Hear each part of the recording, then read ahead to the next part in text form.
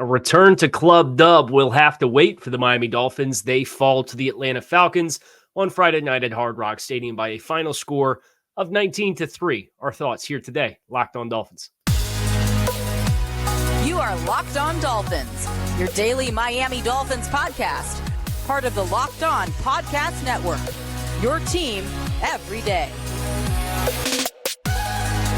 All right, Miami. Welcome to another episode of Locked On Dolphins. It's your team every day here on the Locked On Network. It is Saturday, August 12th, 2023. I'm your host, Kyle Krabs, a lifelong Miami Dolphins fan, host of Locked On Dolphins, co-host of Locked On NFL Scouting. You can find our shows on YouTube or wherever you listen to your podcast. I want to give a tip of the cap to our everydayers who do keep it locked in with us on a daily basis. Today's episode of Locked On Dolphins is brought to you by LinkedIn Jobs. LinkedIn Jobs helps you find the qualified candidates that you want to talk to faster. Post your job for free at linkedin.com/lockedonnfl. That's linkedin.com/lockedonnfl to post your job for free. Terms and conditions apply. And the Dolphins had a bit of a slop fest, which I don't necessarily think should have been a surprise when the team released the players not expected to play graphic, and it had literally 1/3 of the Dolphins roster on the list. It was like 30 players. And then Robbie Chosen didn't play. And he was not originally scheduled to not play, but Mike McDaniel alluded to him kind of dealing with a nagging injury and decided it was in his best interest to not play. So it was a who's who. The non-dressed players was a who's who of the players that you will see playing on Sunday. So when you come into the game and that's the expectations, I think you kind of got what we got. And the game obviously ended late last night. Said, you know what, I'm going to collect my thoughts here. And ended up rewatching the condensed version of the game again this morning, just to again, kind of take everything in with the perspective of, what the end result is. You're really trying to evaluate a lot of players simultaneously. I think there was a number of good things that we can come away from, and Mike McDaniel continued his off-season, preseason drumbeat of process over results and using the results as a learning lesson. And the Dolphins were on the doorstep of leading in this football game, despite never actually leading for the vast majority of the game. It felt like the trips down into the red zone. They get the ball back late in the game. It's a one-score game.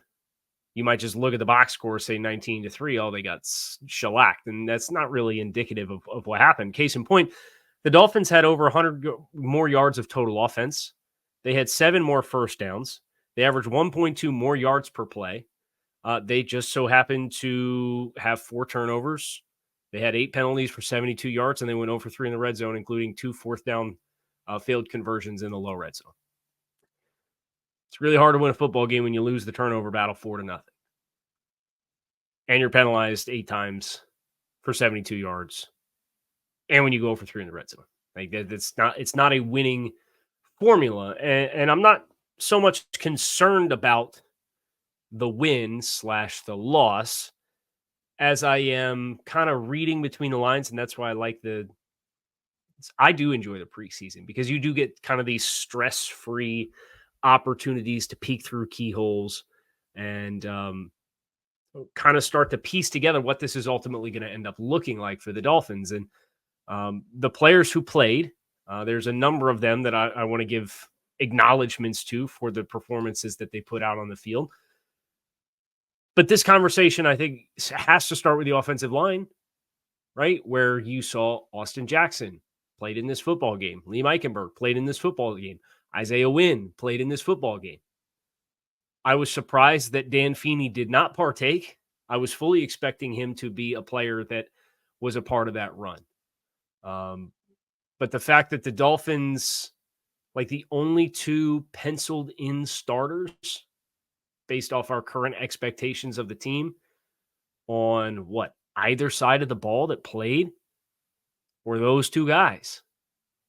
And, I think the fact that the offense moved the ball admirably well, Mike White did have a largely effective performance until the field got tight. Obviously, the throw was looked like an ambitious throw. You had two routes kind of working down the goal line in the same space. One defender peels back, tips the ball, and it ends up getting intercepted. But I'm going to try to save a lot of my nuanced, detail-oriented thoughts for after watching the All-22 tape to be able to speak intelligently and not go off the TV broadcast. So the fact that we got that battle manifesting itself and the fact that the Dolphins ran 26 times for 168 yards, and yeah, Eric Ezukama had 2 rushes for 52 yards, more on him later when we do offensive standouts. I thought there was some life in this offense. It just didn't finish in the end zone. I can't say that I'm overly bothered by the end result because we got the strategy that the Dolphins did with this football game. But the fact that there are, I feel, a significant amount of performers on either side of the football that you feel were strong performers throughout the course of the game, that's where, for me, I think this is a win for this preseason game. And we're going to talk about all of those players next here, starting with the offensive side of the football here on this episode of Locked On Dolphins. These days, every new potential hire feels like a high-stakes wager for your small business. You want to be 100% certain that you have access to the best qualified candidates, and that is why you have to check out LinkedIn Jobs. LinkedIn Jobs helps find the right people for your team faster and for free. You can add your job in the purple hashtag hiring frame to your profile to let everyone on LinkedIn know that you are hiring. And simple tools like screening questions can make it easy to focus on candidates with just the right skills and experience so you can quickly prioritize who you'd like to interview and hire. That's why small businesses rate LinkedIn Jobs #1 in delivering quality hires versus leading competitors. LinkedIn Jobs helps you find the qualified candidates that you want to talk to faster. Post your job for free at linkedin.com/lockedonnfl. That's linkedin.com/lockedonnfl to post your job for free. Terms and conditions apply. So let's focus on the offense. And I think you probably start with these 2 young players that the Dolphins have invested mid-round draft picks in recent years and how they have flashed in this first game of the preseason. And Devon Achane, the running back, had 10 carries for 25 yards. And Eric Ezukama, who came out of this football game with 67 yards of total offense, 2 end arounds. He kind of McDaniel let his hair down a little bit, I guess, and they got a little fancy on the play calls there. But Ezukama, I think that's a really fascinating development, is if he has that kind of versatility. I don't know that I necessarily associated him coming out of Texas Tech of having that kind of versatility, but he does look like he's got a really good extra gear with the ball in his hands. And he is big and he is physical. He's the biggest wide receiver in this specific wide receiver room. And to have that toughness with the ball in your hands and now have a versatility component to it, I don't think it's a question of whether Eric Ezukama is going to be on this football team by any means. It's a question of how high is the ceiling for him as a complementary weapon in this offense alongside Tyreek Hill and Jalen Waddle. So I loved seeing him get involved, get the ball in his hands. Those are the kinds of developments this Dolphins team is going to need. And I know there was some disappointment with Eric Ezukama and his involvement last year as a rookie, but if this was a long game selection for the team and you get these kinds of touches, you may never see him be a high volume player in this offense, but you don't need him to be a high volume player with the other elite talent that you have. You need him to be an effective change of pace. And you saw some new ways, in my mind, in this football game that Eric Ezukama can do that. So I think that's a big win for the Dolphins, is seeing Ezukama get his feet under him, play fast, play confidence, get the ball in his hands. Elijah Higgins, 2 catches for 36 yards on 3 targets, including a 28-yarder. Out there mixing it up a little bit. I know we're forecasting. This is another forecast type player in my mind. I don't think Elijah Higgins is going to help you win football games in September of this year.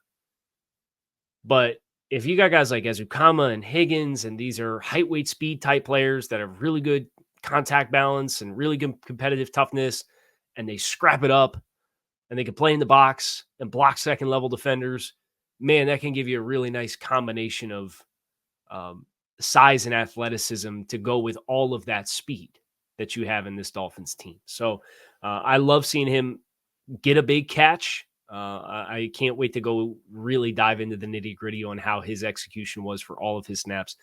But to circle back to Devon Achane, obviously the explosiveness is evident. I don't think you got a great showcase of him running behind effective blocks at the point of attack.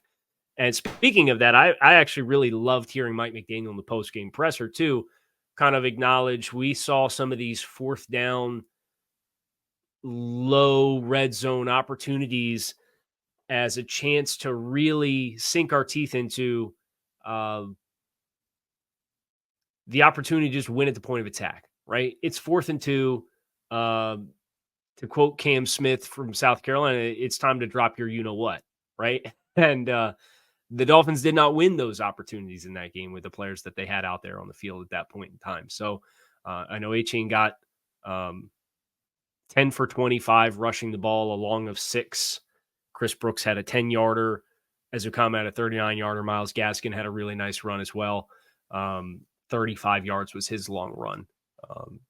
But Achane, I think you saw the involvement, obviously, in the passing game for him as well. He out of the play action pass, caught that ball out of the backfield and caught 4 balls in total. So you're sitting here looking at Ezukama had 5 touches for 67 yards, and Achane had 14 touches for 66 yards. So those two guys having really a third of your offense for those two guys combined, I think is pretty promising for the Dolphins. I will save my refined opinions on the offensive line play until you get a chance to go back and watch that on the back end angle of the All-22. So I don't want to speak out of turn there.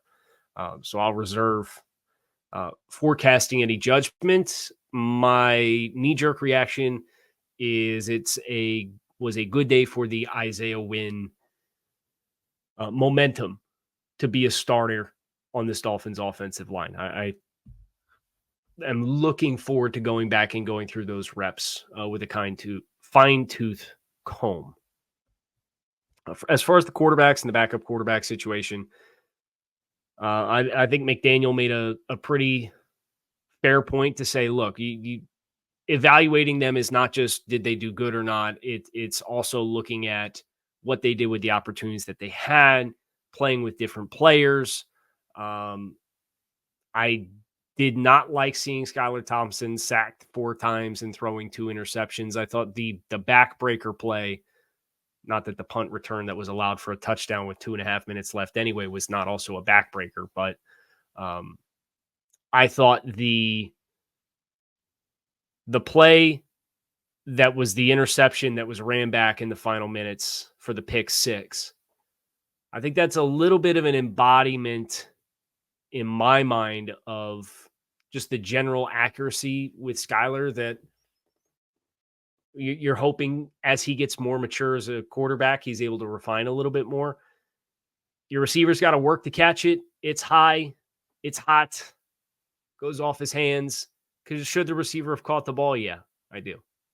But from being down at camp and watching practices and just watching enough film of Skylar Thompson with his NFL resume to this point in time, he is more of a general accuracy passer. I thought the Mike White was probably a bad decision. I thought the second Skylar Thompson interception was one that, while it was a catchable ball, it was not the easiest place to throw the ball for the catch. And that made it hard for the receiver, and then that compounded and went from there. So that's kind of where I'm at with offensive performers. Big-time stock up, I think Isaiah Wynn, Devon Achane, Eric Ezukama, tip of the cap to Chris Brooks as the big guy. I just think that the deck's probably a little too stacked against him. I'm hoping they can practice squad stash him. And then Myles Gaskin, obviously, with the most productive day of any offensive player from a yardage perspective. He had 77 yards of offense and had a 35-yard run as well. So I think those are the guys that on the TV watch moved the needle the most for me. And now we're going to switch over and talk about the defensive side of the football next year on this episode of Locked On Dolphins. Really admire the fact that the Dolphins defense through 50, I guess technically through 60 minutes, they gave up 6 points, one big cutback run in the red zone. And you obviously had a special teams touchdown breakdown, and then you had a defensive score for Atlanta. So this Dolphins defense giving up 3 points with no starters on the field is a pretty admirable effort. And I know Mike McDaniel also acknowledged there were some guys that have not been here long who played pretty meaningful football and played impactful. And I think about Eli Apple, who started at corner. Think about Mike Rose, the linebacker from Iowa State, who they signed and brought in just like last week. And he played pretty significant amount of snaps. But if you're going to look to standout performers on the defensive side of the ball, we got to start with Cam Smith. Dude, that PBU coming across the middle on that crossing route was crazy acceleration. Really good vision from him too. Confidence to go out and rip it. So I love that play. Cam stepping up and run support down in the red zone and then trying to drop off in squat technique on the fourth down attempt as well was a really nice job by Cam Smith as well. So really squeezed that throwing window. Obviously left the game with a shoulder injury. We're hoping for good news today. We'll see what Mike McDaniel has to say the next time we hear from Mike McDaniel. Would be a tough blow if he missed any time because I think he's trending towards being a pretty meaningful player for this team right off the jump. I thought Channing Tindall's range showcased itself quite well. Obviously, this is a speedy player. That's not a surprise to anyone. But was good to get him out there and run around. I think it was a good day in totality for some of these recent Dolphins draft selections. I mean, you think Cam Smith played a good football game. Channing Tindall was out there and active and showed good range and good athleticism out there, mixing it up a bit. Then you had A-Chain and Ezukama. Like that's a really nice group of four as mid-round guys who I think the expectation for them being mid-round guys was probably always going to be, look, you might not get the greatest fruits right off the jump. Now, Cam Smith was a no-brainer, best player available in the mind of the Dolphins, and he's looking like he's going to prove them right. But these Channing Tindall, Ezukama, like those guys, their emergence to not be effectively being on the roster because we drafted you, but actually being meaningful contributors really gives you warm and fuzzies if that's how it continues to trend. I thought the sack from Garrett Nelson was a really nice play. He's another player who I just think the deck is probably a little stacked against him to make this team. But I remember watching him at Nebraska, and I gave him like a fifth or sixth round evaluation when he was coming out. So I certainly thought he was somebody who could play at the NFL level, and it was a real quality win for him on the edge. It was good to see Emmanuel Ogbah out there and active in pass rush. Not surprised when you consider the depth of the Dolphins' edge room that Ogbah got a little bit of run. He obviously missed the back half of the season last year. It was good to see him out there mixing it up as well. So I think that's probably, if I think big picture storylines from this game, the first and second year mid-round picks is the storyline that pops the most to me. And if that trend continues, we're going to have a little bit more depth and a little bit more variety than we probably thought that we would. And that's a place where this Dolphins roster could really benefit. So that is the exciting development for me. It's not exciting to lose a football game 19-3. It's not exciting to score 3 points in a football game, regardless of who plays or who doesn't, or not get into the end zone and all that stuff. I agree. It's not exciting to lose the turnover battle 4-0. Skylar Thompson has 3 turnovers. It's not exciting to watch the team go out and have self-inflicted wounds and penalties either. But we'll see what they do against Houston. They obviously have joint practices upcoming this week. They can put some polish on what happened. We'll see if the starters get some run in the second preseason game against Houston. My guess would be that they probably do. It's a question whether they get their dry run now or if they wait till the third preseason game to really ramp up and give the starters meaningful reps. Is this cameo appearances or is this guys going out there and really mixing it up? So I will be, when the All-22 drops, I will be digging my way through the All-22 of this football game, and we'll have impressions and thoughts and go deeper the next time that we all speak. So I'm looking forward to that. Hope you guys enjoy the rest of your Saturday. I'm Kyle Krabs. I'm out of here. Fins up. Appreciate you guys checking out the show. You can find us on YouTube or wherever you listen to your favorite podcast. Make it a good one. Enjoy the rest of football this weekend.